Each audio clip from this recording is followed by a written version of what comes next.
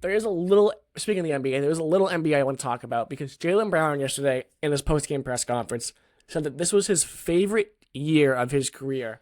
And I don't want to be someone that's trying to drive a wedge between Tatum and Brown because I want them to play together forever. But you can't help but hear that and go, he doesn't want Tatum to come back this year, I'm assuming. If he's calling this his favorite year of his career, over the year they won the championship, he's gotta not want to lose that number one role that he has when Tatum's out, right, Josh?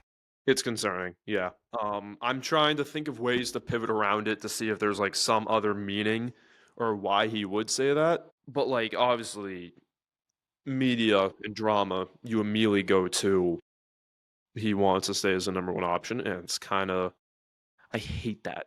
Like I hate how that's what I'm alluding to, because obviously that means if this were to go further down the line in the future, there's the possibility of the Jays breaking up, which I absolutely hate the idea of that because I think they're the best duo in the league. I will not right now, obviously, because Tatum's out, but you get what I mean. Well, yeah, it's concerning. It is very concerning. Sarah, to put this in NFL terms, it would be if Gronk wanted out. It would be when Edelman and Amendola were here. When say Edelman was out for a season, and Amendola was like, he's putting up career numbers, and he's like, this is my favorite year of all time. After they had just won a Super Bowl 2 years ago, you would be concerned that, okay, this guy doesn't want the other guy to come back. See, I wouldn't think of it that way. I would think, you know what? He's saying, this is my time to shine. I'm showing you what I am capable of, and that's why it's my favorite year, because I'm doing the best I have personally. But don't you think once Tatum comes back, Brown's not going to want to sacrifice that role that he has? Because he's the clear-cut number one option, best player on the team. When Tatum comes back, Brown's not Tatum. I know. And so is he going to want to slot back into that number two option? Well, put yourself in his shoes. Would you want, if you had everything you ever wanted right there in front of you, and you're getting the fucking media's attention, you're getting your career high stats, you're getting like everything you've ever wanted and more, all because your best friend stepped out of the way for you or got hurt? Like, you wouldn't want that. You wouldn't want him to come back either, but I think he's going to suck it up and he's going to stay because that's what's best for the team and best for him. Do you think it's just him maybe trying to stir up something in the media? And do you think it's like he's just saying it maybe because he's trying to prove the haters wrong? Because going into the season, biggest question was,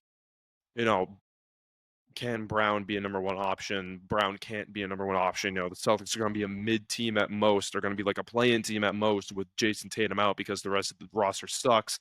Do you think it's just like he's getting the joy out of proving the haters wrong by saying I can be a number one option and our team is still good? So he's just kind of giving like the whole media and the rest of the NBA he's just giving them the bird saying we're proving you wrong. That is the only way to spin this positively, Josh. That's the one thing that's the one way you can think of it. I go, you know what? It's his favorite year because he's proving everybody wrong. That's what I'm trying to do. And then when Tatum comes back, he'll still be appreciated, but he'll understand like, yeah, it's not 1-2. It's 1A, 1B, which I think is all obviously, I think all he really wants is to be the 1A, but I think he also knows deep down when Tatum's there, he's never going to be the 1A. But if you can make it seem more where it's like a 1A, 1B, where he deserves that finals MVP that he got, even though I still don't think he does.